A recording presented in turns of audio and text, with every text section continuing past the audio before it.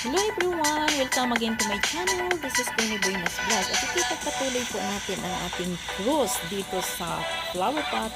This is the Flowerpot Island Light Station. Looking up ahead on Castle Bluff, you can see that red and white steel tower. That's the Flowerpot Island Lighthouse. The original wooden lighthouse was built in the same spot back in 1897 to guide ships from its very busy shipping channel just north of the island. Like all light stations at the time, somebody had to work out here to keep the light going. Lightkeepers would stay here on the island, April through November, in the buildings that you see on the Cobble Beach with their families. They maintained a large garden while they lived out here. One even kept a cow on the island. In 1969, the original wooden lighthouse was replaced with the automated tower that we have today. There was no need for lightkeepers after that, and these buildings were all left abandoned. They sat that way up until 1996. A local volunteer group known as Friends of Bruce District Parks came and restored the buildings. They're still looking after them here today.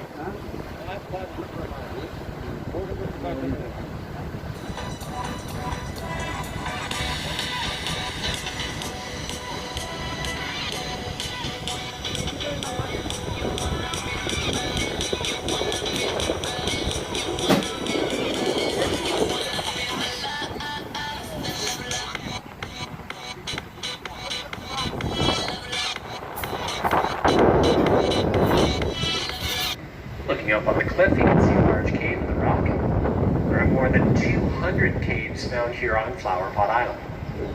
These were formed about 12,000 years ago after the last ice age, when the glacial Lake Algonquin completely covered the North American landmass. As those lake levels receded over time, they carved out the dramatic cliffs and the many cave systems we can see today.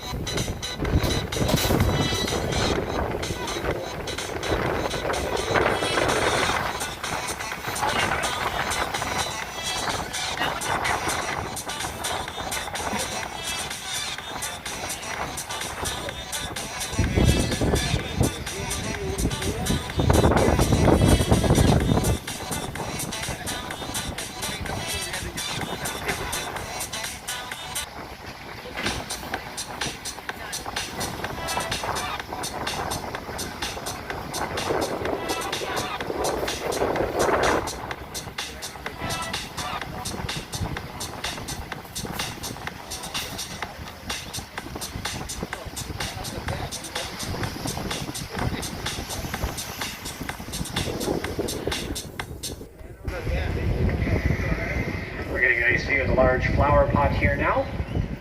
If you take a look at the top right-hand corner of the large flower pot, you'll see the profile of a face there in the rock. See the eye, the big nose, and the mouth? We call him the old man of the island, looking out over Georgian Bay. That's the top right-hand corner of the big flower pot.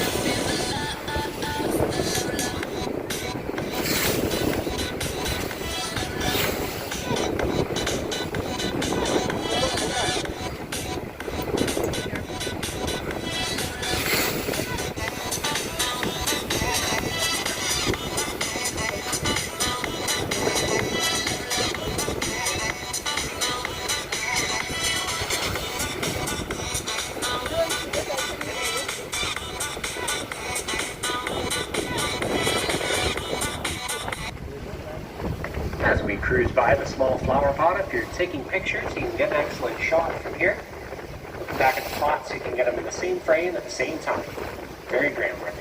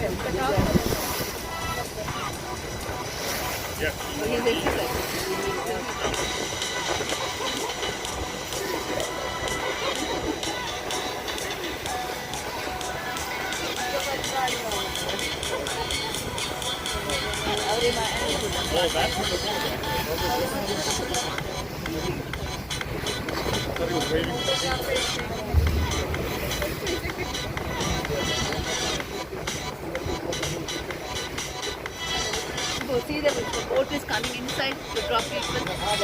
There's some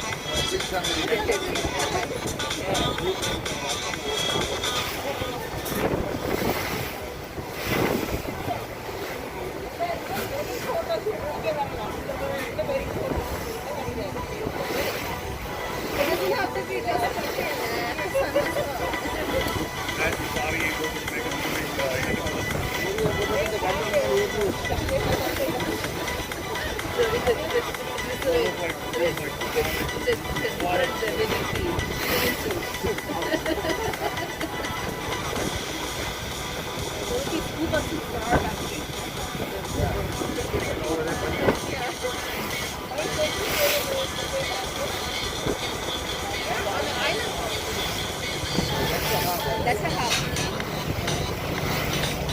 But if people are walking all the way from here to there, yeah,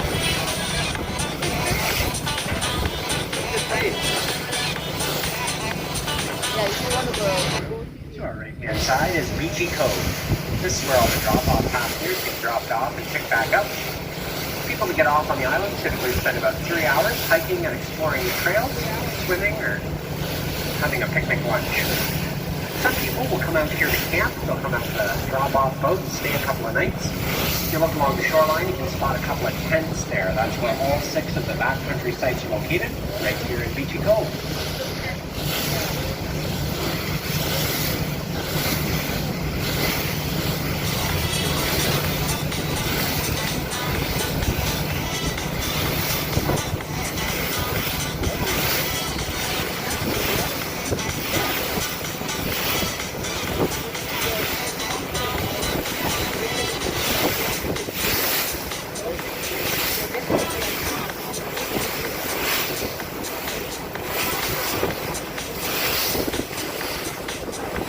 Looking up on the cliff, you can see some twisted and stunted eastern white cedar trees growing right out of the cliff.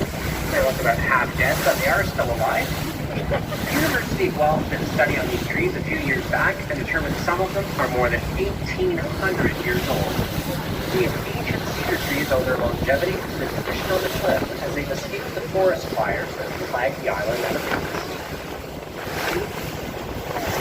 From here, folks, we'll be departing Flowerpot Island and cruising back towards Tobermory.